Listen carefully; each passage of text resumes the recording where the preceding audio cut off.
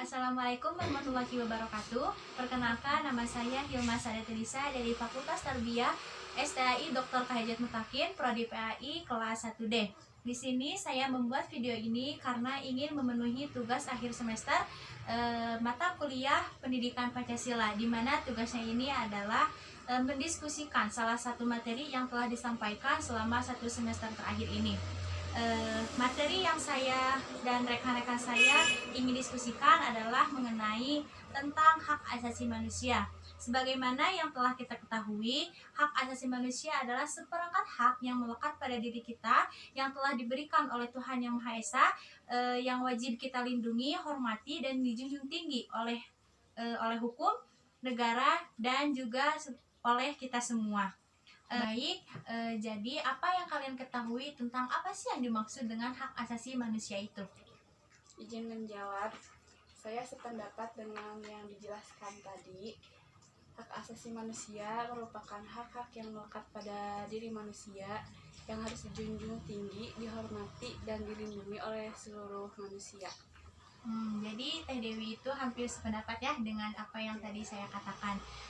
Dimana mungkin bukan mungkin sih, HAM juga mempunyai macam-macamnya.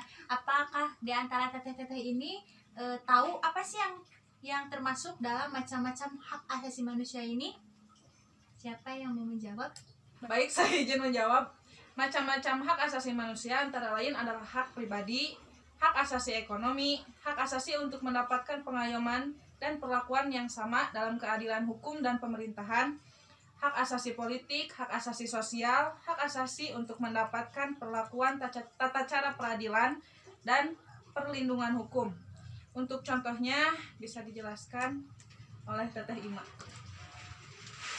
Yang pertama tadi hak asasi pribadi, mungkin contohnya adalah hak untuk bergerak, di mana kita itu punya hak gitu untuk bergerak, tidak diem gitu. Kita juga punya hak untuk bergerak. Yang kedua ada hak asasi ekonomi, di mana contohnya mungkin kita bisa punya hak gitu untuk menjual dan membeli suatu barang.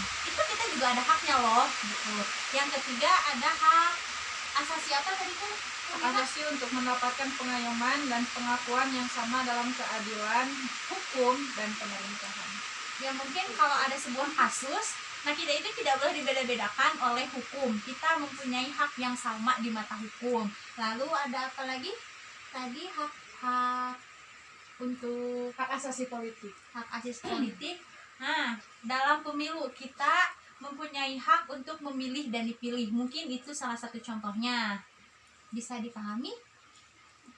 Bisa. Baik, lanjut. Sesudah macam-macam, lalu ada hakikat yang namanya hakikat hak asasi manusia. Apakah teteh-teteh di sini ada yang mengetahui tentang apa sih yang dimaksud dengan hakikat hak asasi manusia ataupun contohnya gitu? Izin menjawab. Hakikat HAM antara lain, HAM tidak perlu diberikan, dibeli, ataupun diwarisi. HAM adalah bagian dari manusia secara otomatis. Yang kedua, HAM berlaku untuk semua orang tanpa memandang jenis kelamin, ras, agama, etnis, pandangan politik, atau asal-usul sosial dan bangsa. Dan yang terakhir, HAM tidak bisa dilanggar, tidak seorang pun mempunyai hak untuk membatasi atau melanggar hak orang lain. Oh, jadi pada intinya hakikat HAM itu tidak bisa dibeli, diwarisi, ataupun diberikan kepada siapapun karena hak tersebut sudah diberikan kepada manusia sejak mereka lahir dari Tuhan Yang Maha Esa tersebut. Lanjut kepada pembahasan tentang apa saja sih yang termasuk ke dalam hak warga negara Indonesia. Apakah di sini teteh-teteh ada yang tahu? Izin menjawab, hak untuk hidup, hak memilih dan dipilih, hak menerima pekerjaan, dan hak mendapatkan pendidikan. Ternyata hak-hak warga negara Indonesia itu banyak. Lalu kan kita sudah membahas tentang haknya, lalu di sini mungkin tentang kewajibannya. Apakah di sini lagi-lagi teteh mengetahui tentang apa sih kewajiban warga negara Indonesia itu? Izin menjawab. Wajib mentaati hukum dan pemerintahan, wajib ikut serta dalam bela negara, wajib menghormati hak asasi orang lain. Oke, baik. Tadi telah kita bahas mengenai tentang hak dan kewajiban kita sebagai warga negara Indonesia. Nah, di mana hak dan kewajiban itu tidak bisa dilepaskan antara satu sama lainnya. Seperti halnya sebuah koin, di sisi lain ada hak dan di sisi lainnya lagi ada yang namanya kewajiban. Telah kita bahas mengenai tentang hak dan kewajiban warga negara Indonesia. Lalu mungkin di sini saya akan memberikan satu contoh hak dan kewajiban kita di lingkungan sekolah maupun di lingkungan rumah, di lingkungan masyarakat. Nah, salah satu contoh di lingkungan sekolah, hak kita adalah mendapatkan pelajaran dari guru.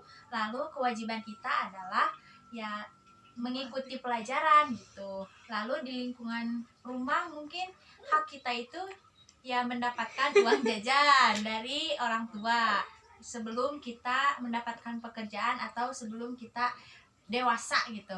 Lalu kewajiban kita sebagai anak di rumah ya mentaati peraturan tata tertib yang berlaku di rumah. Kalau di lingkungan masyarakat mungkin hak kita adalah hak untuk bertetangga. Kalau kewajibannya ya kita wajib untuk bergotong royong. Mungkin teteh-teteh bisa menambahkan? Hak asasi Bisa di rumah, di sekolah maupun di lingkungan masyarakat. keluarga. Boleh? Atau mungkin contoh pelanggaran HAM yang terjadi di lingkungan masyarakat, di lingkungan sekolah maupun di lingkungan keluarga gitu. Pelanggaran HAM Mhm. di lingkungan Keluarga. contohnya ada KDRT Iya. atau mungkin orang tua tidak memberikan haknya kepada anaknya. Ya, bisa juga contoh lain di sekolah adalah pembulian, karena bullying sering sekali terjadi di sekitaran sekolah. Dan hal itu bisa menjatuhkan mental seseorang yang menjadi korban bullying tersebut.